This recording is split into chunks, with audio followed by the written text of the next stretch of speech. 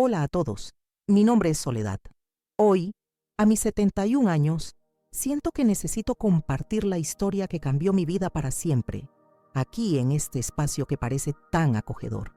Esto sucedió hace algunos años, poco después de que mi amado esposo, Mateo, partiera para estar con Dios. Yo era una viuda reciente, viviendo en nuestra casita de siempre en Coyoacán, en la Ciudad de México, intentando encontrar un nuevo ritmo para mis días, que de repente se habían vuelto demasiado silenciosos y largos. En esa época mi vida era sencilla, dedicada a mis plantas, a las misas y a los recuerdos de 45 años de un matrimonio que para mí había sido una bendición. El día en que todo se derrumbó, yo solo me preparaba para una consulta de rutina, una de esas cosas que uno hace sin pensar, parte del flujo de la vida, sin imaginar que una llamada telefónica podría convertirlo todo en polvo. Sé que es la primera vez que hablamos, pero si esta historia toca su corazón de alguna manera, les pido que le den un me gusta, la compartan con quien necesite escucharla, y si no es mucho pedir, se suscriban aquí al canal y activen la campanita para no perderse el desenlace. El apoyo de ustedes significa el mundo para mí. Esa mañana en específico, desperté con una sensación extraña en el pecho, una especie de opresión que no era física, sino que venía del alma. El sol entraba por la rendija de la cortina con un color pálido, diferente al dorado vibrante al que estaba acostumbrada. Miré hacia el lado de la cama, hacia el espacio vacío que Mateo dejó, y lo sentí más profundo que otros días. Era como si el propio aire de la habitación supiera que algo estaba a punto de romperse. Me arrastré fuera de la cama, con mis huesos de 70 y tantos años protestando a cada movimiento, y lo primero que hice fue arreglar su fotografía en mi buró, al lado de la pequeña imagen de la Virgen de Guadalupe. «Buenos días, mi viejo», susurré, como hacía todas las mañanas. «Hoy el día se siente pesado. Dame fuerza, donde quiera que estés». Era una conversación silenciosa, un ritual que me mantenía conectada a él. Mateo siempre fue mi puerto seguro, un carpintero de manos firmes y corazón gentil. No hablaba mucho, pero su mirada lo decía todo. En aquel entonces, yo creía que mi única hija, Sofía, era la extensión de nuestro amor, la prueba viva de nuestra unión. Qué equivocada estaba, viviendo en una niebla de afecto que me impedía ver la verdad que ya se dibujaba frente a mí. La casa parecía más grande y más vacía cada día que pasaba. Cada crujido del suelo de madera, cada rincón sombrío, era un recordatorio de su ausencia. En la cocina, mientras colaba el café, el aroma que antes me traía consuelo ahora parecía solo acentuar la soledad. Yo vivía de una pequeña pensión contando cada centavo, pero no me quejaba. Mateo y yo nunca fuimos de lujos. Nuestra riqueza estaba en el respeto de los vecinos, en el pan que nunca faltó en la mesa y en la fe que nos sostenía. Mi mayor preocupación en esos días era Sofía. Andaba distante, sus visitas eran cada vez más cortas y sus palabras más frías. Era mi única hija, la luz de mis ojos, o al menos eso es lo que me empeñaba en creer. Casada con Ricardo, un hombre que, en el fondo de mi alma, nunca pude tragar, ella parecía haberse transformado. La sencillez, que era nuestro orgullo, para ella, se convirtió en motivo de vergüenza. Lo veía en la forma en que miraba nuestros muebles antiguos, que Mateo hizo con tanto cariño, o cuando criticaba mi ropa modesta. Yo, en mi ingenuidad de madre, pensaba que era una fase, una influencia de ese esposo ambicioso que solo pensaba en apariencias y dinero. Ese día, necesitaba ir a una clínica del IMSS para un chequeo de rutina. Nada serio, solo la presión, el azúcar, esas cosas de la edad. Me puse una falda sencilla, una blusa que ya tenía sus buenos años y tomé mi bolso, donde guardaba mis documentos y las pocas monedas para el transporte. Antes de salir, eché un último vistazo a la casa, a mí, pequeño patio con las macetas de geranios que Mateo tanto amaba. Era un mundo pequeño, pero era mi mundo, un mundo construido con amor, sudor y sacrificio, y me sentía segura dentro de esas paredes. La caminata hasta la parada del pecero, del microbús, era corta, pero ese día pareció un viaje. Las calles de Coyoacán, normalmente tan llenas de vida, con sus olores de comida callejera y el sonido de los niños jugando, parecían apagadas. Sentía las miradas de los vecinos, algunos con lástima, otros con curiosidad. Pobre doña Soledad, casi podía oír sus pensamientos. Desde que Mateo se fue, su vida se ha vuelto tan difícil. Esa piedad dolía más que cualquier dificultad financiera. Siempre tuve mi orgullo, mi dignidad. Dentro del microbús, el apretujamiento era el de siempre. Conseguí un lugar cerca de la ventana y me quedé observando la ciudad pasar, pero mi mente estaba lejos. Pensaba en Sofía y Ricardo, en el estilo de vida que llevaban, tan diferente al mío. Vivían en Polanco, una colonia elegante, en un departamento que parecía un palacio al lado de mi casita. Sofía siempre decía que estaban saliendo adelante, que merecían más. Me preguntaba qué significaba ese más y por qué, para alcanzarlo, parecía que ella necesitaba alejarse tanto de sus raíces, de mí. La clínica del IMSS era un universo aparte, un lugar donde el dolor, la paciencia y la esperanza se mezclaban en el aire pesado, con olor a antiséptico. Las sillas de plástico naranja, incómodas, estaban todas ocupadas por gente como yo, gente sencilla, esperando. Me senté en un rincón, con el bolso en el regazo, y me preparé para una larga espera. El tiempo allí dentro parecía arrastrarse de una manera diferente, cada minuto pesando una tonelada. Observaba los rostros a mi alrededor, cada uno con su propia batalla silenciosa. Fue en ese ambiente, en ese escenario de sufrimiento contenido y burocracia lenta, que mi mundo se acabó. Mi celular, un aparato antiguo que apenas sabía usar, sonó dentro de mi bolso. El sonido estridente me asustó. Con las manos un poco temblorosas contesté. Era Sofía. Su voz al otro lado de la línea no tenía la calidez de la voz de una hija. Era fría, distante, cortante como un trozo de vidrio. Parecía la voz de una extraña, de alguien que ejecuta una tarea desagradable y quiere terminarla pronto. Mamá, dijo, sin siquiera un hola o un ¿cómo estás? La palabra sonó hueca, desprovista de cualquier sentimiento. Te llamo para avisarte que Ricardo y yo nos vamos a España mañana. Me quedé en silencio, intentando procesar la información. ¿España? ¿Cómo así? ¿Por qué tan de repente? 1000 preguntas se formaron en mi cabeza, pero ninguna logró salir de mi boca. Se me formó un nudo en la garganta, un nudo de confusión y un miedo que comenzaba a helarme la espalda. No me dio tiempo para responder. Continuó con la misma voz apresurada y metálica. La casa de la playa en Acapulco y el coche ya los vendí. Necesitábamos el dinero para las visas y para empezar la vida allá. La casa de Acapulco, un lugar que Mateo construyó con sus propias manos los fines de semana, nuestro pequeño refugio. El coche, nuestro compañero de tantos viajes. Vendidos. Así, sin una conversación, sin un aviso, sentí que el suelo desaparecía bajo mis pies. Allí mismo, en esa silla de plástico naranja, el golpe final llegó como una sentencia, corta y brutal. Adiós, mamá. Y luego, el silencio. Colgó.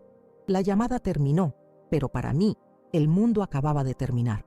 Me quedé sosteniendo el teléfono en la mano, mirando la pantalla negra, completamente paralizada. A mi alrededor la vida en la clínica continuaba.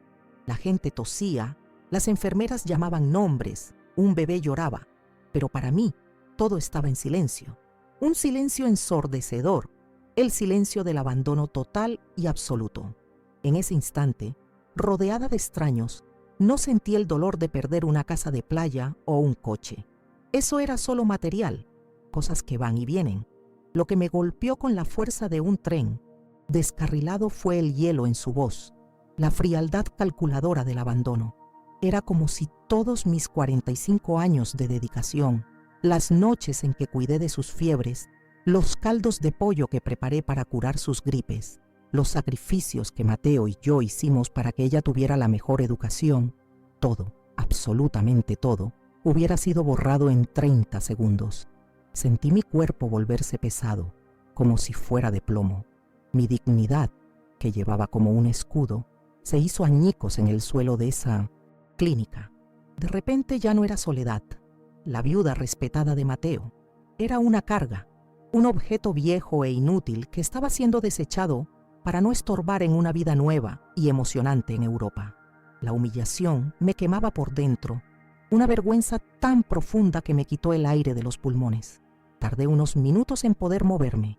Mi mente estaba en blanco, en estado de shock.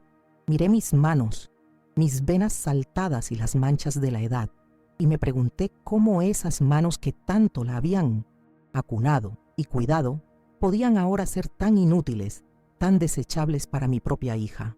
El dolor era físico, una punzada en medio del pecho, tan fuerte que pensé que mi corazón se estaba partiendo de verdad, no de forma poética, sino literalmente. No sé cómo, pero encontré fuerzas para levantarme de esa silla. Mis piernas temblaban y tuve que apoyarme en la pared para no caer. Renuncié a la consulta, por supuesto. ¿Qué importancia tenía la presión arterial cuando mi vida entera acababa de ser despresurizada? Solo quería salir de allí, huir de ese lugar, de esa lástima que sabía que vería en los ojos de los demás si supieran lo que acababa de pasar. Solo quería mi pequeño refugio, mi casa, aunque ahora también pareciera violada. El regreso a casa fue un borrón. No recuerdo el camino, no recuerdo haber tomado el transporte. Cuando me di cuenta, estaba parada frente a mi portón de hierro, con la llave en la mano, sin valor para entrar.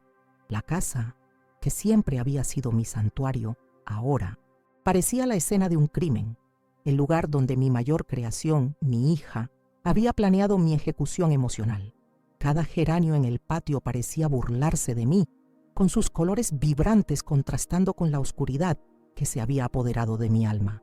Al entrar, el silencio me engulló. Era diferente del silencio de la soledad que venía sintiendo.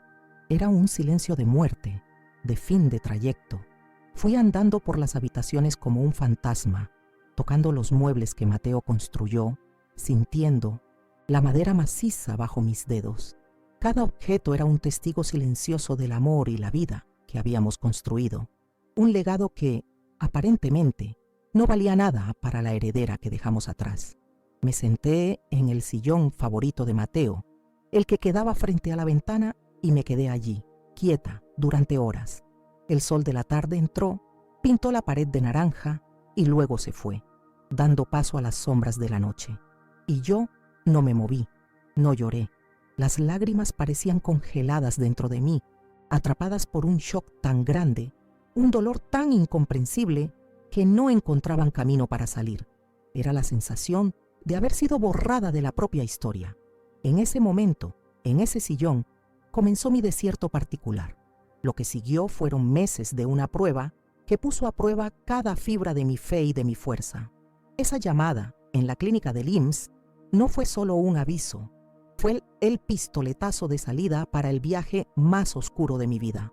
Un viaje donde tendría que aprender a vivir no solo sin mi esposo, sino también sin el amor y el respeto de mi única hija, la persona por la que habría dado mi vida sin pensarlo dos veces. La primera noche fue la más larga de mi vida. La oscuridad nunca me había parecido tan amenazadora. Cada sombra que danzaba en las paredes parecía una acusación. Cada ruido de la calle era un recordatorio de que el mundo seguía girando, indiferente a mi dolor. No pude pegar ojo. Me quedé en ese sillón hasta el amanecer, sintiendo el frío entrar por los huesos, pero era un frío que venía de dentro. Era el hielo del abandono. Cuando los primeros rayos de sol tocaron la ventana, sentí una oleada de náuseas. La realidad me golpeó con un puñetazo en el estómago. No fue una pesadilla. Sucedió de verdad. Finalmente, llegaron las lágrimas, no como una lluvia suave, sino como una tormenta, un diluvio que no podía controlar. Lloré por mi hija, la niña que había criado y que ahora era una extraña. Lloré por mi Mateo, por no estar allí para abrazarme y decirme que todo estaría bien. Lloré por mi propia estupidez, por haber sido tan ciega. ¿Cómo no vi el resentimiento creciendo en el corazón de Sofía? ¿Cómo no me di cuenta de que el brillo en sus ojos había sido reemplazado por la codicia que Ricardo plantó allí? El llanto me lavaba la cara, pero no limpiaba el dolor que se había instalado en mi alma.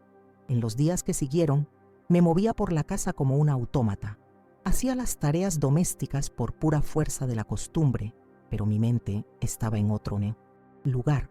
Estaba en España, imaginando a mi hija en su nueva vida, una vida construida sobre las ruinas de la mía. Apenas comía. La comida no tenía sabor, parecía arena en mi boca. Adelgacé y la ropa empezó a quedarme holgada. Mi vecina, doña Carmen, una señora de buen corazón, tocaba a mi puerta ofreciéndome un plato de sopa o un pan dulce, y yo aceptaba con una sonrisa débil, más para no herirla que por hambre. La parte financiera de la traición no tardó en manifestarse. Mi pensión apenas alcanzaba para las cuentas básicas. La venta de la casa de Acapulco y del coche, que imaginé que podrían darme algo de seguridad en la vejez, resultó ser un espejismo. El dinero, por supuesto, se fue todo con ellos. Me senté a la mesa de la cocina con mis cuentas, el recibo del impuesto predial, la factura de la luz, y sentí un pánico que nunca había conocido. Mateo siempre se había encargado de todo. Él me protegía de esas preocupaciones. Ahora estaba sola, con una pila de papeles que representaban una amenaza real para mi supervivencia. Fue entonces cuando tuve que empezar a ir al mercado con una mentalidad diferente. Ya no para elegir lo que me apetecía, sino para calcular lo que podía pagar. Cada moneda contaba. Caminaba por los pasillos despacio, sumando los precios en mi cabeza, sintiendo las miradas curiosas de las otras personas. Eran los mismos pasillos por los que caminaba con Mateo, del brazo. Ahora los recorría sola, con el peso de la vergüenza en los hombros. Pobreza no avergüenza, pero la forma en que los demás te miran cuando estás en ella, eso sí te hiere profundamente. Recuerdo un día en particular, en la carnicería de don Pepe. Él me conocía desde que yo era recién casada. Era un hombre bueno, de bigote abundante y manos siempre sucias de trabajo. Pedí un poco de carne molida, la más barata que tenía. Mientras la pesaba, su mirada era de pura compasión y aquello me partió el alma. «Llévese esta, doña Soledad», dijo, mostrándome un trozo de carne mucho mejor. «Se la dejo al precio de la otra. Es un regalo de la casa». Mi corazón se encogió. Sabía que la intención era buena, pero me sentí disminuida como una mendiga. «Se lo agradezco de corazón, Pepe», respondí, forzando mi voz a salir firme. «Pero voy a llevar esa misma. Con esa me alcanza». Pagué con mis moneditas contadas, sintiendo la cara arder. No era orgullo tonto, era mi dignidad, el último tesoro que me quedaba, y no iba a renunciar a ella. Salí del mercado con la cabeza en alto, pero por dentro estaba hecha pedazos. Llegué a casa y lloré de frustración, abrazada a mi bolso con ese pequeño paquete de carne adentro. Era la prueba concreta de mi nueva realidad. Para ahorrar, empecé a usar el transporte público para todo, los peceros ruidosos y abarrotados. Antes tomaba un taxi cuando necesitaba ir más lejos, o cuando estaba cansada. Ahora, eso era un lujo impensable. Recuerdo un día lluvioso, el microbús estaba atiborrado de gente. Subí y no había ni un solo asiento libre. Ninguno de los jóvenes que estaban sentados siquiera levantó la mirada. Fui todo el camino de pie, apretada entre la gente, sintiendo cada bache, cada frenazo brusco en mis huesos ya cansados, mientras me aferraba al tubo de hierro, con el agua de la lluvia escurriendo por la ventana. Me sentí la mujer más sola del mundo. Ese viaje incómodo era una metáfora perfecta de mi vida. Empujada, sacudida, sin un lugar seguro donde sentarme, invisible para la mayoría a mi alrededor. Miré mi reflejo en el cristal mojado y apenas me reconocí. ¿Dónde estaba la soledad que tenía una familia, una casa de playa, una vida tranquila? Se había perdido en algún lugar entre la codicia de un yerno y la debilidad de una hija. Las noches eran las peores. La soledad se convertía casi en una presencia física dentro de la casa. En una noche de tormenta, una gotera empezó en la cocina, justo en el lugar que Mateo siempre reparaba. El sonido rítmico del ploc, ploc, ploc del agua cayendo en la cubeta que puse en el suelo era como una tortura. Cada gota resonaba con el vacío de la casa, el vacío de mi corazón. Me senté a la mesa, comiendo un taco frío que había sobrado del almuerzo, y miré la silla vacía frente a mí. la silla de Mateo. En ese momento no lloré. El dolor era tan profundo que las lágrimas se secaron. Solo susurré al vacío: «¿Cómo me haces falta, mi viejo? Tú sabrías qué hacer». Hablar con él, aunque fuera con el viento, era lo único que me daba una pizca de cordura. Me encomendé. Imaginaba lo que él me diría. Probablemente algo simple y sabio, como siempre. «Ten fe, viejita. Dios aprieta pero no ahorca». Esa frase comenzó a convertirse en mi mantra silencioso en aquellos días de oscuridad. Empecé a vender algunas cosas para sobrevivir. Primero, un pequeño anillo de oro que me regaló mi madre. Vender esa pieza fue como arrancar un pedazo de mi historia. Después, un par de aretes que Mateo me dio en nuestro 25 aniversario. Cada visita a la casa de empeño era una nueva humillación, un nuevo peldaño que bajaba en la escalera de mi propia vida. Entregaba mis recuerdos a cambio de algunos billetes arrugados que apenas duraban hasta fin de mes. Era un ciclo de desesperación y pequeñas pérdidas. A pesar de todo, mi fe no vaciló. Al contrario, se convirtió en mi único refugio. Todas las noches me arrodillaba ante mi pequeña estatua de la Virgen de Guadalupe, con el rosario que fue de mi abuela en las manos. No pedía dinero, no pedía venganza, ni que mi hija volviera arrepentida. Pedía algo mucho más difícil: fuerza, fuerza para soportar el dolor, para no ahogarme en la amargura, para aceptar la voluntad de Dios, aunque no la comprendiera. Madre Santísima, rezaba en voz baja, no me abandones. Sé que este es mi desierto, mi prueba. Dame el coraje para atravesarlo con dignidad. No dejes que mi corazón se endurezca. Enséñame a perdonar, aunque no sepa cómo. La oración era mi ancla. En esos minutos, arrodillada en el suelo frío de mi habitación, sentía una paz que el mundo no podía darme. Era una conversación íntima con Dios y con la Virgen, y sentía que ellos me escuchaban. Un día, al recibir una cuenta de un impuesto atrasado con una notificación aterradora, el pánico me dominó por completo. No tenía de dónde sacar ese dinero. Me senté al borde de la cama, con el papel temblando en mi mano, sintiendo que la desesperación me asfixiaba. Pensé en Sofía, viviendo su vida de lujo en España, mientras yo estaba a punto de perder la única casa que había conocido. La injusticia era tan grande, tan abrumadora, que por un momento la rabia superó al dolor. Fue en ese momento de desesperación total que miré hacia mi ropero, un ropero antiguo, de madera oscura, que crujió cuando lo abrí.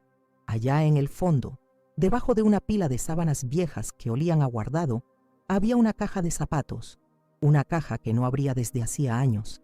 Dentro, junto con fotos antiguas y pequeños recuerdos, había un sobre de papel manila, un sobre que Mateo me entregó unos días antes de morir, con la voz ya débil por la enfermedad. Recuerdo sus palabras como si fuera hoy. Tomó mi mano, me miró fijamente a los ojos y dijo: «Guarda esto, viejita, guárdalo bien, y prométeme que solo lo abrirás cuando sientas que ya no puedes más, cuando creas que has llegado al fondo del pozo. ¿Me lo prometes?». Se lo prometí, con lágrimas en los ojos, sin entender nada. En medio del dolor del luto y del abandono, había olvidado por completo ese sobre de papel manila y polvoriento. Ahora, sentada al borde de la cama, con la notificación de deuda en la mano, lo supe. Había llegado. Estaba en el fondo del pozo. Ya no había más para abajo. Con el corazón latiendo descontroladamente en el pecho, tomé la caja, saqué el sobre y lo sostuve en mis manos. Se sentía pesado, no de papel, sino de significado. Era el último mensaje de mi esposo, su último acto de cuidado. No sabía qué esperar. Tal vez una carta de despedida, algunas palabras de consuelo. Respiré hondo, pidiéndole valor a Dios. Mis manos, que antes temblaban de desesperación, ahora temblaban de expectativa. Lo que fuera que estuviera allí dentro, era la última conexión tangible que tenía con mi Mateo. Era su voz hablándome desde el otro lado de la vida. Con un cuidado casi sagrado, empecé a rasgar la solapa del sobre. El sonido del papel rompiéndose fue el único ruido en la habitación silenciosa, y pareció resonar por toda la casa, por toda mi vida. ¿Qué encontraría allí dentro? No tenía la Menor idea, quizás solo palabras. Y en ese momento, las palabras de amor de mi viejo ya habrían sido el mayor tesoro del mundo. No pagarían mis cuentas, pero quizás sanarían un poco mi alma herida. Pero lo que estaba a punto de descubrir iba mucho más allá de las palabras de consuelo. Era algo que desafiaba toda lógica, toda la vida sencilla que pensé que habíamos vivido. Era la prueba de que el hombre con quien me casé era mucho más que un simple carpintero. Con los dedos aún temblorosos, saqué el contenido del sobre. No era una carta como esperaba, eran papeles. Muchos papeles gruesos, doblados, con sellos y timbres oficiales. Mi corazón se hundió un poco. ¿Qué era eso? ¿Deudas antiguas que Mateo no me había contado? ¿Algún problema con la escritura de nuestra propia casa? El miedo, que había dado paso a la esperanza por un breve momento, volvió a rondarme. Desdoblé el primer documento con cuidado. La palabra escritura destacaba en la parte superior. Leí la dirección y mi confusión solo aumentó. No era la dirección de nuestra casa. Continué desdoblando los otros papeles. Eran más escrituras. 1, 2, 3, 6. 6 escrituras de propiedades de las que nunca le había oído hablar. Departamentos en colonias que solo conocía de nombre, un pequeño edificio de oficinas en el centro, un terreno. Leía las direcciones y mi mente se negaba a entender. Aquello tenía que ser un error. Quizás eran copias de algún trabajo de carpintería que Mateo hizo, quizás las guardó para algún cliente. Era la única explicación lógica que se me ocurría, porque la otra posibilidad era simplemente imposible de creer. Entonces, en medio de esos papeles, vi una dirección que me heló la sangre en las venas. Era la escritura del edificio de departamentos en Polanco, el edificio donde vivían Sofía y Ricardo, el edificio desde donde gobernaban su pequeño reino de apariencias, mirándome desde arriba. Sentí un vértigo, un mareo tan fuerte que necesité sostenerme de la cabecera de la cama. ¿Cómo era posible? ¿Cómo la escritura del edificio donde vivía mi hija estaba allí? En ese sobre viejo, guardado en mi ropero, el mundo se había puesto de cabeza. Debajo de las escrituras había otra cosa, estados de cuenta bancarios, varios, de bancos que ni siquiera sabía que existían. Desdoblé el primero y mis ojos pasaron por los números y pasaron de nuevo. Y de nuevo, la cantidad de ceros era tan grande que parecía una broma. Yo, que contaba monedas para comprar el pan, estaba mirando una cantidad que ni siquiera podía leer en voz alta. Era más dinero del que podría imaginar en 1000 vidas. Mi primera reacción no fue de alegría, fue de puro y absoluto shock. Aquello no podía ser mío, no podía ser de mi Mateo. Mi Mateo era un carpintero, un hombre sencillo, de manos callosas y ropa de trabajo. Vivimos una vida modesta, ahorrando lo poco que sobraba a fin de mes.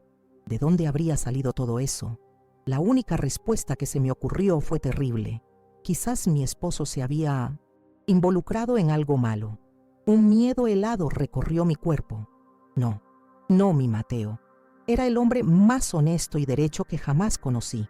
Él jamás haría algo que pudiera manchar su nombre o el futuro de su familia. Tenía que haber otra explicación, y la había. En medio de todos esos papeles de riqueza, había un último sobre, más pequeño, con mi nombre escrito en la caligrafía firme y un poco torcida de Mateo. Para mi soledad, decía. Con el corazón en la boca, lo abrí. Dentro había una carta, hojas de cuaderno escritas con la misma pluma azul que él usaba para hacer sus anotaciones de trabajo. Respiré hondo y empecé a leer, y con cada palabra, un nuevo velo se rasgaba ante mis ojos, revelando al hombre que amé durante 45 años de una forma que nunca conocí. Mi soledad, mi viejita, comenzaba la carta. Si estás leyendo esto, es porque llegó el día que más temía, el día en que te sentiste en el fondo del pozo y yo no estoy ahí para sostenerte. Perdóname por guardar este secreto durante tantos años, pero lo hice para protegerte. Desde joven, incluso antes de conocerte, tenía un don para ver el valor en las cosas que otros no veían. Con el poco dinero que ganaba, no solo lo guardaba, lo sembraba, mi querida, y floreció. La carta continuaba, explicando todo. Mateo, mi simple carpintero, era un genio financiero secreto. Leía sobre economía, estudiaba el mercado de valores, compraba terrenos baratos que años después valdrían fortunas. Hacía todo en silencio, por la noche, después de que yo me iba a dormir. Él no lo veía como un juego, sino como un trabajo, una extensión de su oficio de construir cosas sólidas. Estaba construyendo un fuerte a nuestro alrededor, ladrillo por ladrillo, sin que yo lo supiera, para asegurarse de que nada ni nadie pudiera derribarme. Siempre fuimos ricos, mi amor, escribió, y esa frase me hizo llorar. Nuestra riqueza estaba en nuestro amor, en nuestra fe, en nuestra vida sencilla. Este dinero, estas casas, esto no es riqueza, es solo seguridad.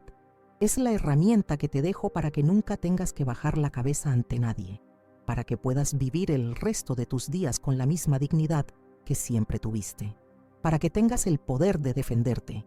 Confiaba en tu corazón, pero nunca confié en el mundo de allá afuera.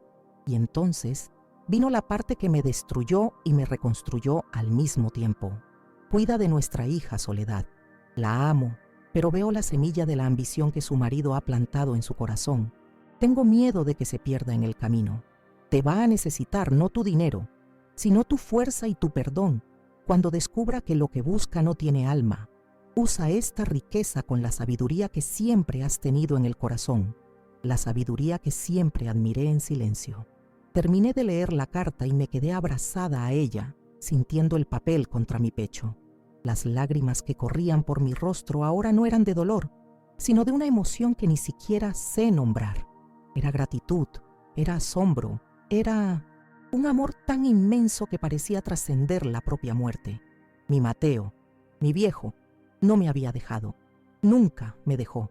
Estaba allí, en cada palabra de esa carta, en cada documento cuidando de mí, protegiéndome desde el otro lado de la vida. Miré su fotografía en el buró, el mismo rostro sonriente de siempre, pero ahora lo veía con otros ojos.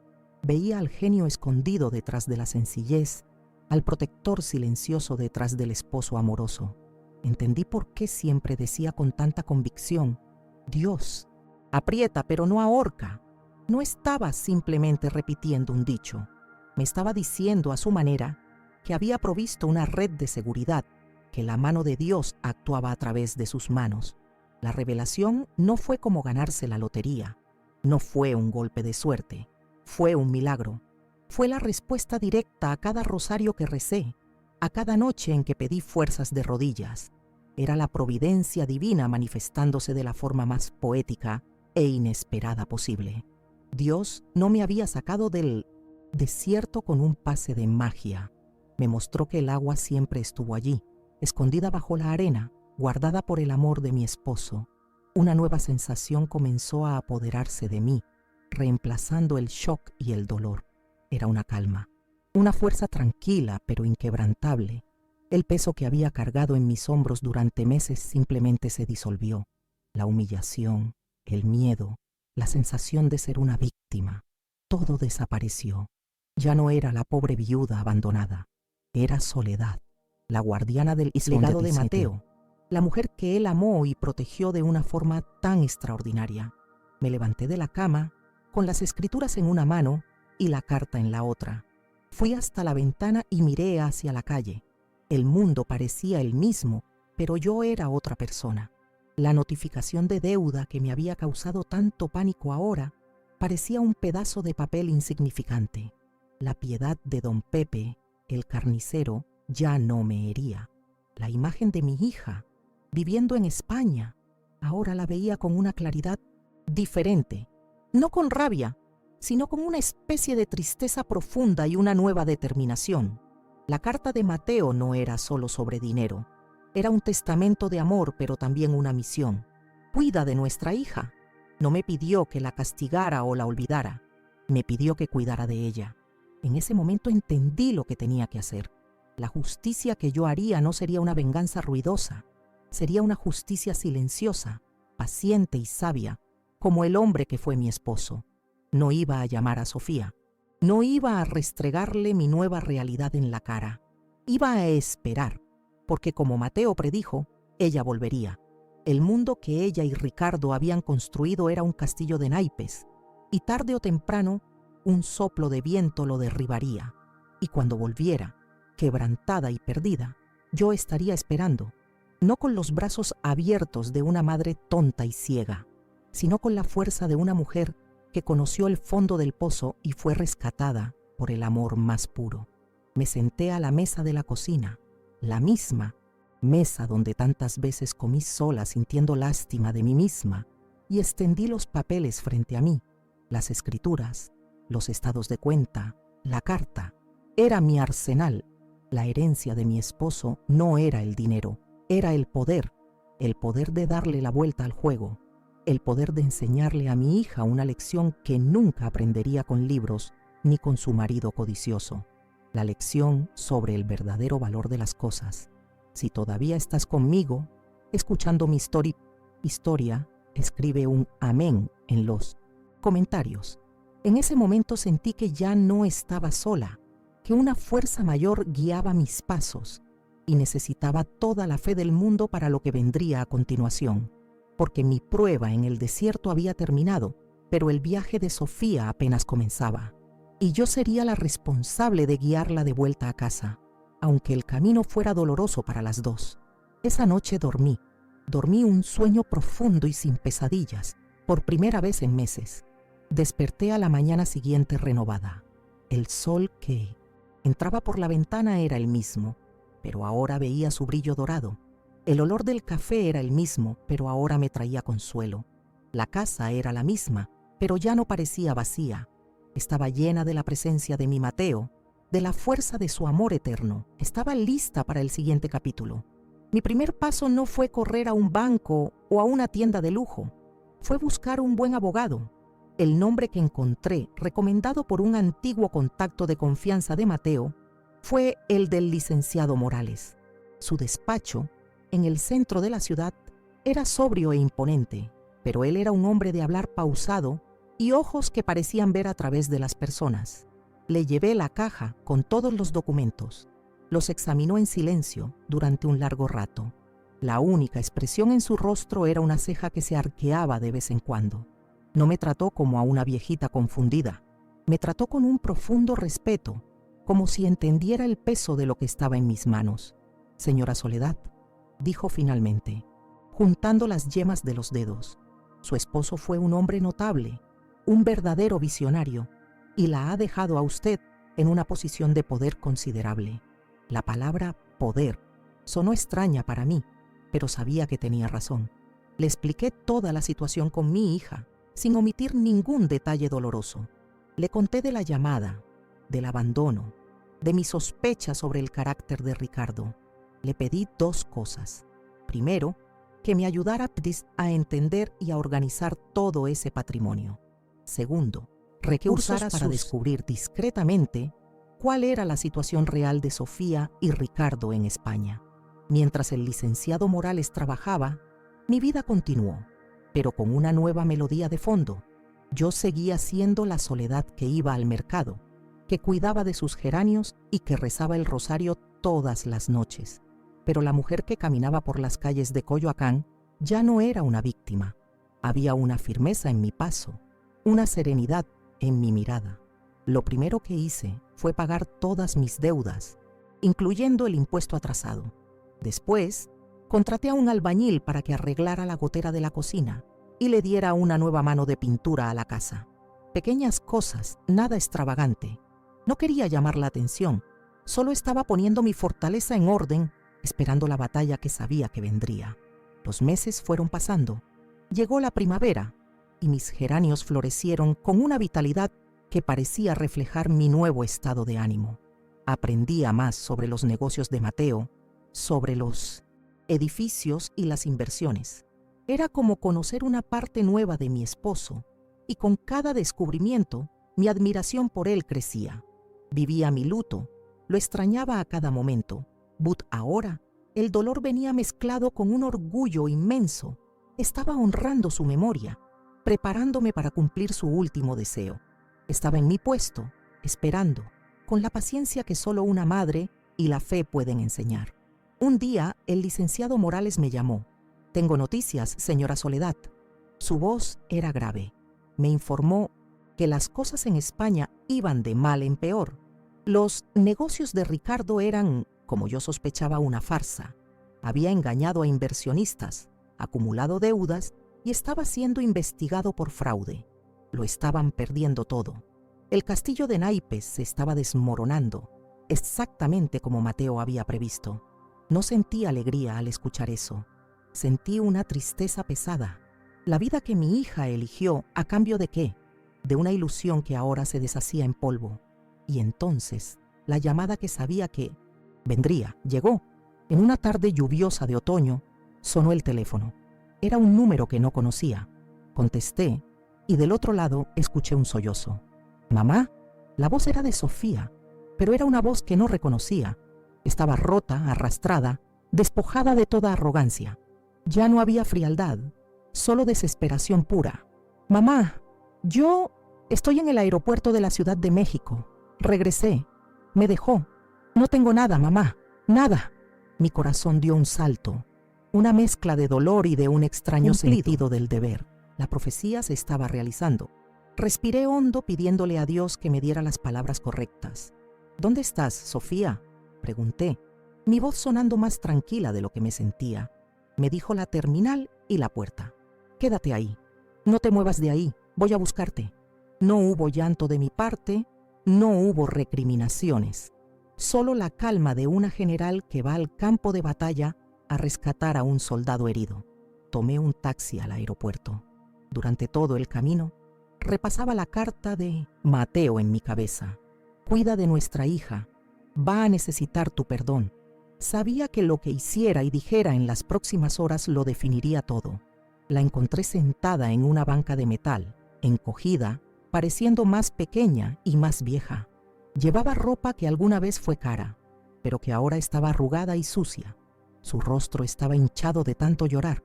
Cuando me vio, corrió e intentó abrazarme, deshaciéndose en lágrimas. La sostuve por los brazos, firme, pero sin devolverle el abrazo. La miré directamente a los ojos. «Vamos a casa, Sofía. En casa platicamos». El camino de regreso fue en silencio. Ella lloraba en voz baja en el asiento trasero y yo, adelante, miraba la ciudad que ella había despreciado. Al llegar hasta nuestra casita en Coyoacán, la casa que ella consideraba mediocre, pareció dudar en la puerta. Para ella, entrar allí era la prueba final de su fracaso. Abrí la puerta y entré. «Debes tener hambre», le dije sin mirarla. «Voy a calentar una sopa». No era la recepción cálida que quizás esperaba. Era una acogida práctica, la de una madre que cuida de las necesidades básicas, pero que resguarda su corazón. Esa noche, sentada a la mesa de la cocina donde había pasado tantas noches de soledad, Sofía me lo contó todo. Contó cómo Ricardo la había manipulado, cómo usó el dinero de la venta de la casa de Acapulco y del coche para financiar una vida de mentiras. Contó cómo aparecieron los acreedores, cómo se derrumbó el castillo y cómo al final él la culpó de todo. Tomó lo que quedaba del dinero y desapareció, dejándola sola y sin un centavo para volver a casa. Tuvo que pedirle dinero prestado a una conocida para comprar el boleto de avión. Escuché todo en silencio. Dejé que vaciara su corazón de todo el dolor, toda la vergüenza y todo el arrepentimiento. No la interrumpí, no hice preguntas. No le dije ni una sola vez, «te lo dije». Mi silencio era un espejo, forzando la Arinda a encarar la imagen de sus propias elecciones. Cuando terminó exhausta, solo le dije: «Tu antiguo cuarto está como lo dejaste. Ve a descansar. Mañana será otro día». Me miró, quizás esperando una absolución que no llegó, y subió las escaleras en silencio. Su vida en mi casa recomenzó, pero bajo nuevas reglas. No la trataba como a una invitada de honor. La trataba como una hija que tenía responsabilidades. «Sofía, necesito que me ayudes a limpiar el patio». «Sofía, hoy te toca lavar los trastes». Ella, que tenía empleadas domésticas, ahora tenía que trapear el piso. Ella, que comía en los restaurantes más caros, ahora tenía que comer mi guisado sencillo. Al principio, veía la resistencia, la humillación en sus ojos, pero no tenía opción. Después de unas semanas de verla deambular por la casa como un alma en pena, sumida en la autocompasión, la llamé para platicar. Sofía, le dije con la voz más amable pero firme que pude, necesitas encontrar un trabajo. Me miró como si me hubiera vuelto loca. ¿Un trabajo? Mamá, ¿quién me va a dar trabajo? Lo perdí. Todos mis contactos. La interrumpí. Cualquier trabajo, mi hija. Un trabajo honesto. La dignidad no viene de lo que tienes en el banco, viene del sudor de tu frente. Tu padre me enseñó eso. Esa fue la primera vez que vio a la nueva Soledad. La mujer que no estaba allí solo para consolarla, sino para enseñarle. A regañadientes empezó a buscar. Y, como era de esperar, fue un desastre. Las puertas se le cerraron en la cara. Las amigas de Polanco ya no contestaban sus llamadas. Se vio forzada a enfrentar la dura verdad. Su identidad estaba tan ligada al dinero y al estatus de Ricardo que, sin ellos, no era nadie para ese mundo que tanto valoraba. Finalmente, después de semanas de humillación, consiguió algo.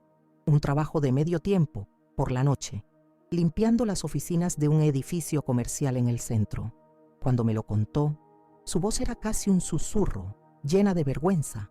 La mujer que vivía en un departamento de lujo ahora iba a limpiar la basura de otras personas. No dije nada, solo asentí con la cabeza. Esa primera noche, llegó a casa después de la medianoche exhausta, con las manos rojas y el olor a productos de limpieza impregnado en la ropa. Entró a la cocina esperando encontrar la casa a oscuras, pero yo estaba despierta esperándola. Había un plato de comida caliente en la estufa y un té de manzanilla humeando en la mesa. Se detuvo, me miró, y por primera vez en mucho tiempo vi algo más que vergüenza en sus ojos. Vi gratitud. Se sentó y comió en Meridetilnitonde.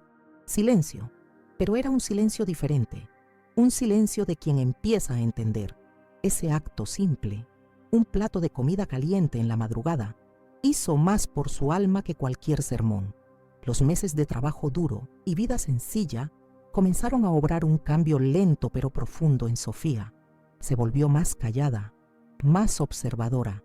La veía mirar mis manos, mi rutina, con una nueva perspectiva. Estaba empezando a ver la belleza en la sencillez que siempre despreció. Estaba descubriendo una fuerza en sí misma que no venía de una tarjeta de crédito, sino de la capacidad de terminar un día de trabajo honesto. Poco a poco, mi hija estaba volviendo a casa. Un día, el licenciado Morales me llamó. Encontraron a Ricardo, señora Soledad. Fue arrestado en España por fraude y otros cargos. Parece que pasará un buen tiempo en prisión antes de ser deportado. Respiré hondo. No era una victoria. Era solo el fin de un capítulo triste. Era la consecuencia inevitable de sus elecciones. Esa noche se lo conté a Sofía. No lloró. Solo cerró los ojos por un momento y soltó el aire, como si le hubieran quitado un peso enorme de encima. Se acabó, susurró. Finalmente, se acabó. Supe que era el momento. El terreno estaba preparado. La lección más dura había sido aprendida a través de la experiencia, no de las palabras. A la mañana siguiente, mientras tomábamos nuestro café, le dije en mi tono más casual: Sofía, mañana por la mañana tenemos una cita con el licenciado Morales. Necesitamos organizar unos papeles de tu padre, una pequeña herencia que dejó. Es hora de resolver eso. Me miró con los ojos llenos de una curiosidad cansada. ¿Una herencia? Pensé que papá no había dejado nada. Sí dejó, respondí. Más de lo que imaginas. Esa noche el sueño de Sofía fue agitado. La oí dar vueltas en la cama, en la habitación de al lado. Probablemente su mente estaba a mil, imaginando qué sería esa pequeña herencia. Tal vez soñaba con una cantidad que le permitiera dejar el trabajo de limpieza, que le diera un nuevo comienzo. Yo, por otro lado, pasé la noche en vela rezando. Le pedía a Dios no por mí, sino por ella. Pedía que su corazón estuviera listo para la verdad, no la verdad del dinero, sino la verdad sobre el amor, el sacrificio y el perdón. La verdad que su padre había planeado que ella aprendiera.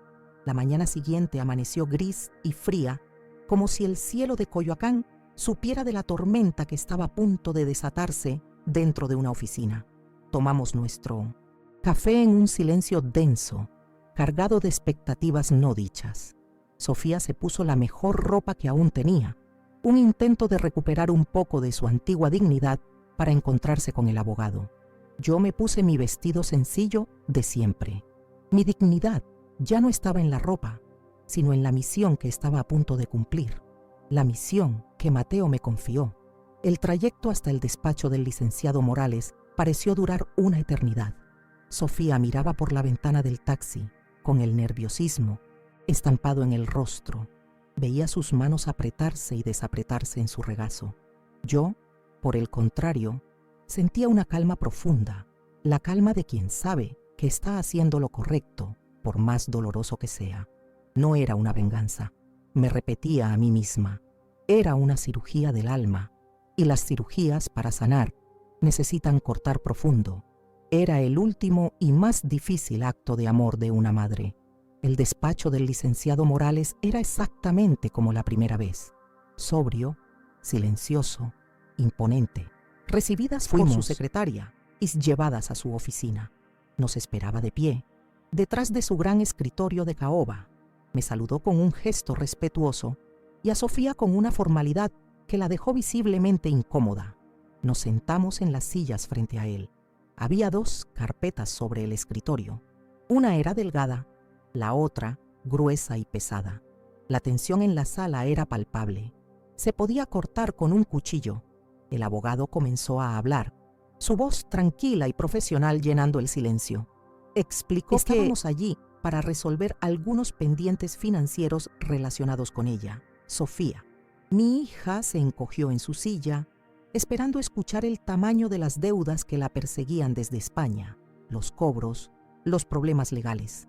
Miraba la carpeta delgada, probablemente imaginando que allí estaba la sentencia de su fracaso, impresa en papel membretado.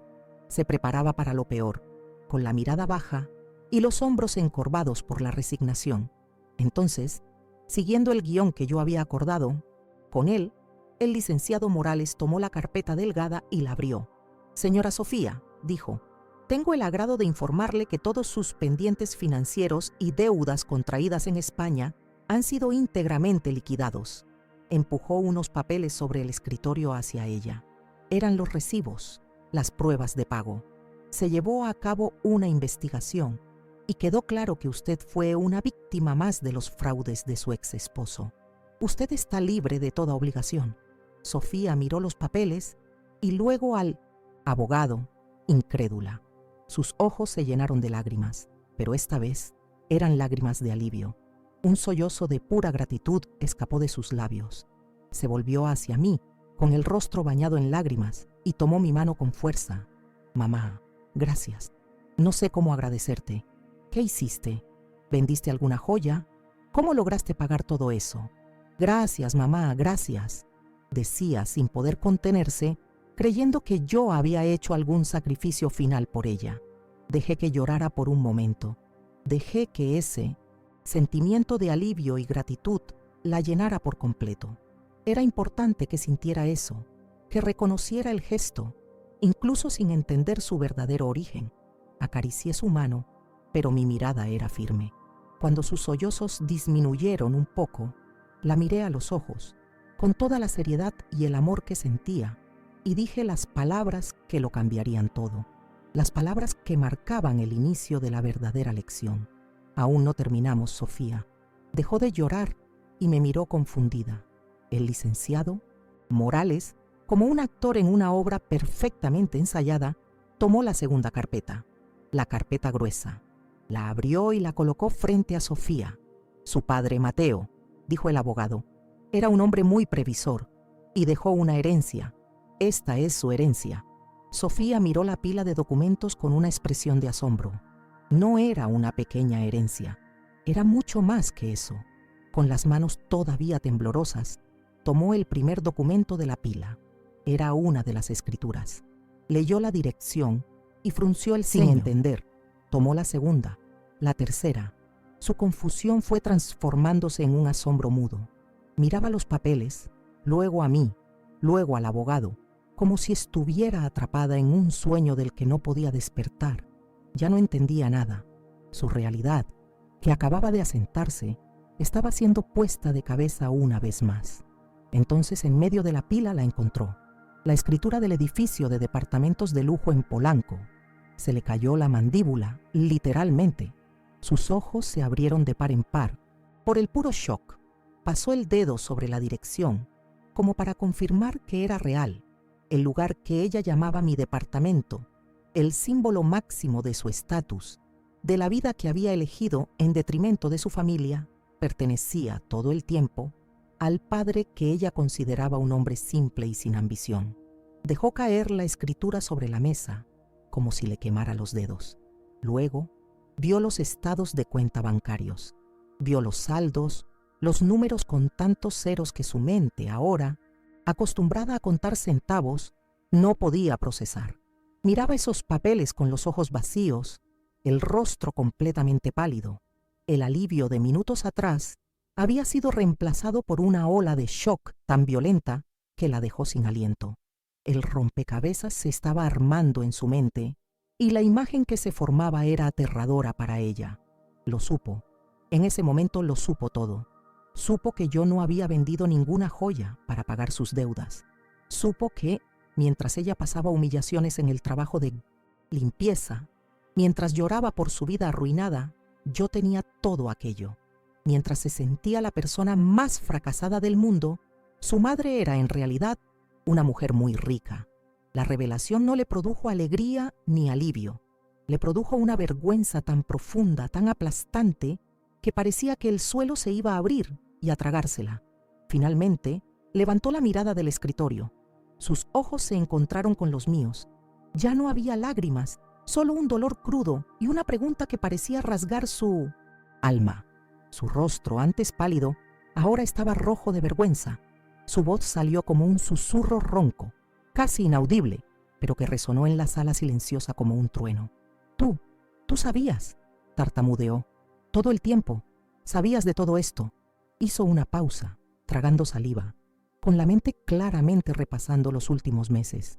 Me viste llegar aquí sin nada. Me viste llorar por dinero. Me viste aceptar ese trabajo. Limpiando baños. Me viste sufrir, mamá. La acusación estaba implícita, mezclada con una confusión dolorosa.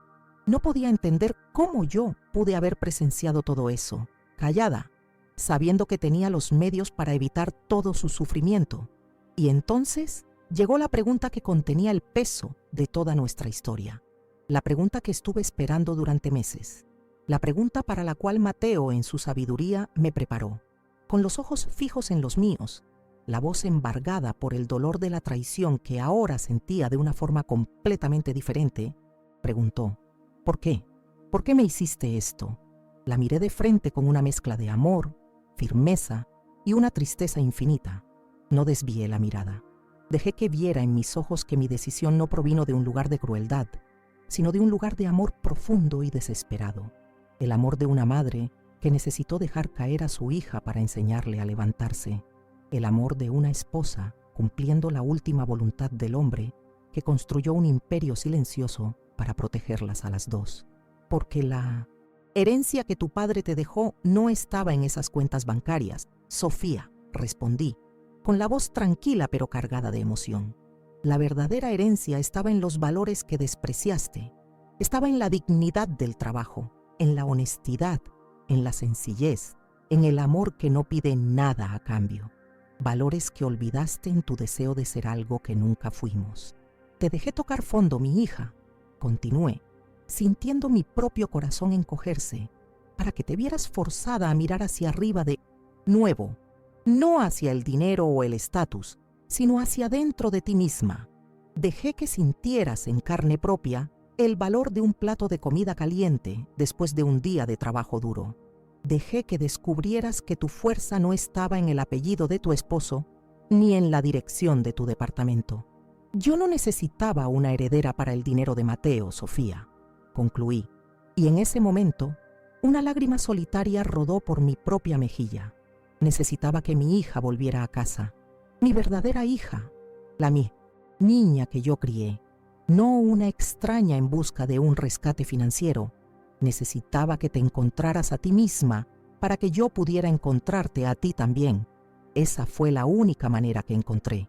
El silencio que siguió a mis palabras fue el más profundo que he experimentado. Duró una eternidad. Sofía se quedó mirándome, su rostro atravesando una tormenta de emociones. La vergüenza, el dolor, la rabia y finalmente algo nuevo, la comprensión. Vi el momento exacto en que la verdad de mis palabras atravesó las últimas capas de su orgullo y alcanzó su corazón. Fue como ver romperse una presa.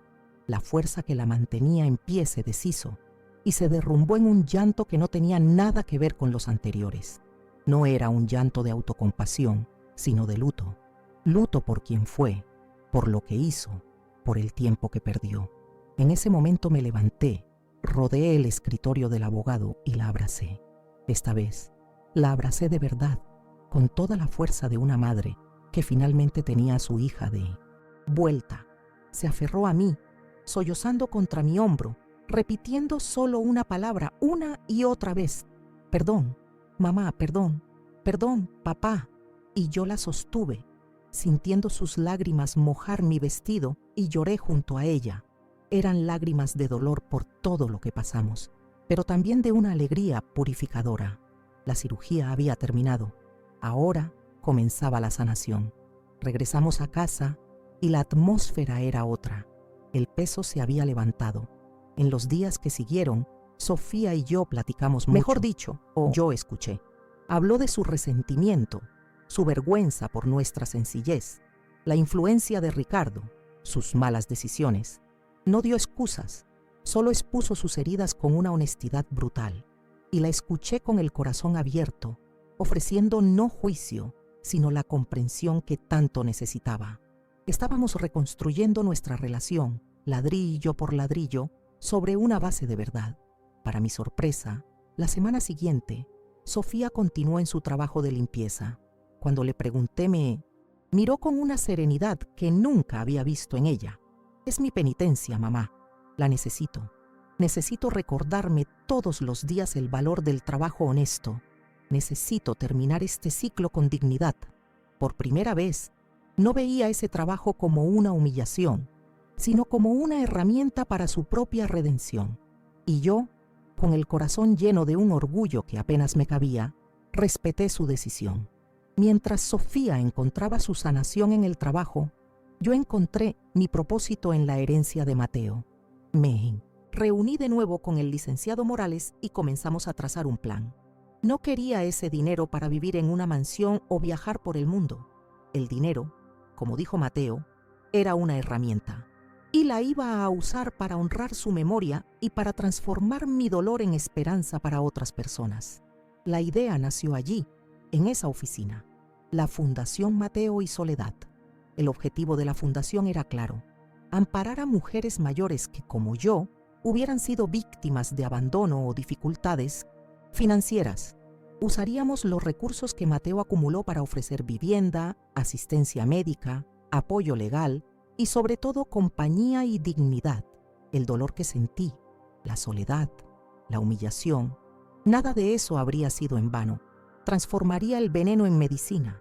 Cada mujer que ayudáramos sería una oración de agradecimiento por la vida de mi esposo. Sofía continuó en su trabajo durante unos meses más. Cada día la transformaba más. Llegaba cansada, pero con los ojos brillando de una forma diferente. Aprendió a sonreírle al portero, a platicar con las otras limpiadoras, a encontrar alegría en las pequeñas cosas. Se estaba despojando de la arrogancia y vistiéndose de humanidad. El caparazón duro que construyó a su alrededor durante años finalmente se estaba rompiendo, revelando a la mujer fuerte y compasiva que siempre supe que existía debajo de todo. Un día llegó a casa y anunció: «Mamá, renuncié». Antes de que pudiera preguntar por qué, continuó, con un entusiasmo que no le veía desde su infancia. «Me inscribí para el examen de admisión a la universidad. Voy a estudiar trabajo social. Quiero trabajar en la fundación. Quiero dedicar mi vida a ayudar a otras mujeres a que no pasen por lo que yo te hice pasar. Quiero merecer ser hija de ustedes dos». En ese momento, supe que la sanación estaba completa. La redención era real. Y así lo hizo. Sofía se sumergió en los estudios con una dedicación que nunca tuvo para nada en la vida. Años después, se graduó con honores y se convirtió en la directora de campo de nuestra fundación. Era increíble en lo que hacía, pues conocía los dos lados de la moneda. Tenía la sensibilidad de quien ha sufrido y la capacidad de gestión que, de alguna forma, estaba en su sangre. Verla trabajando, acogiendo a una anciana con un abrazo o luchando por los derechos de otra, era la mayor alegría de mi vida. Nuestra vida se asentó en una nueva rutina, una rutina de propósito. Vivimos juntas en la misma casita de Coyoacán, que remodelamos para que fuera más cómoda, pero sin ningún lujo. La mayor parte del dinero de Mateo se usó y se sigue usando en la fundación, que ha crecido y ha ayudado a cientos de mujeres. Sofía y yo nos convertimos en más que madre e hija. Nos convertimos en socias, mejores amigas, cómplices en la misión de esparcir el bien. En cuanto a Ricardo, su destino fue el que él mismo sembró. Cumplió su condena en España, fue deportado y hoy vive en el olvido. Se convirtió en un recuerdo lejano, la prueba de que la justicia, ya sea la de los hombres o la divina, puede tardar pero no falla. Él buscó la riqueza del dinero y terminó sin nada. Nosotras, que nos conformamos con la riqueza del corazón, recibimos más de lo que podríamos soñar. Hoy, cuando miro hacia atrás, a ese día en la clínica del IMSS, al desierto que atravesé, entiendo todo con claridad. Cada lágrima, cada humillación, cada noche de soledad tuvo un propósito. Dios de verdad aprieta, pero nunca, nunca ahorca. A veces nos lleva al fondo del pozo para mostrarnos que el amor verdadero puede construir una escalera para traernos de vuelta a la luz. La historia que comenzó con la más fría de las traiciones, terminó con la más cálida de las redenciones. No recuperé solo lo que era mío por derecho, recuperé lo que era más precioso, a mi hija, no a la mujer ambiciosa y resentida en la que se había convertido, sino a la Sofía de alma noble que Mateo y yo criamos. La verdadera herencia de mi esposo no fueron las escrituras ni las cuentas bancarias, fue la sabiduría de su plan, un plan póstumo de amor que no solo me salvó a mí, sino que redimió el alma de nuestra única hija. La vida nos enseña lecciones de maneras misteriosas. Para Sofía, la lección vino a través de la pérdida y la humildad. Para mí, vino a través del dolor y el poder del perdón. Aprendimos que la verdadera riqueza no está en lo que acumulamos para nosotros, sino en lo que usamos para servir a los demás. El valor de una persona no está en sus posesiones, sino en la fortaleza de su carácter y en su capacidad de amar, incluso después de ser herida. Hoy, al compartir mi historia con ustedes, siento una paz inmensa, la paz de un ciclo que se cerró de forma poética y perfecta. Mi casa ya no está vacía. Está llena de risas, de conversaciones, de planes para la fundación, llena de vida. Y sé, desde el fondo de mi corazón, que mi viejo Mateo, donde quiera que esté, está sonriendo, viendo que su último y más importante proyecto se concluyó con éxito. Quiero agradecer a cada uno de ustedes que se quedó conmigo hasta el final de esta larga historia. Espero que haya tocado su corazón de alguna manera. Ahora me gustaría mucho saber su opinión. ¿Qué les pareció mi viaje, la transformación de mi hija? ¿Creen que hice lo correcto? Por favor, comenten aquí abajo, pues la sabiduría de ustedes también me enseña mucho. Y si conocen a alguien que está pasando por una situación de abandono, de desesperación, o alguien que necesita una historia de esperanza compartan este relato. A veces saber que no estamos solos en nuestras batallas es el primer paso para encontrar la fuerza que necesitamos para seguir luchando. Que la historia de mi familia pueda ser una pequeña luz en el camino de quien la necesite. Agradezco inmensamente su tiempo y su cariño. Que Dios los bendiga a todos ustedes con la misma fuerza y la misma fe que Él me concedió. La vida puede ser dura. Las pruebas pueden parecer insuperables, pero recuerden siempre que el amor, el verdadero amor, siempre encuentra una manera de vencer al final. Es la lección más valiosa que he aprendido en todos mis años de vida. Gracias por escucharme. Cada palabra que he compartido aquí ha sido un pedazo de mi alma, y me siento más ligera por haber dividido este viaje con una comunidad tan especial. Crean en el poder de la fe, en la fuerza de la dignidad y sobre todo, crean que incluso las heridas más profundas pueden ser sanadas. La historia de mi Sofía es la prueba viviente de ello.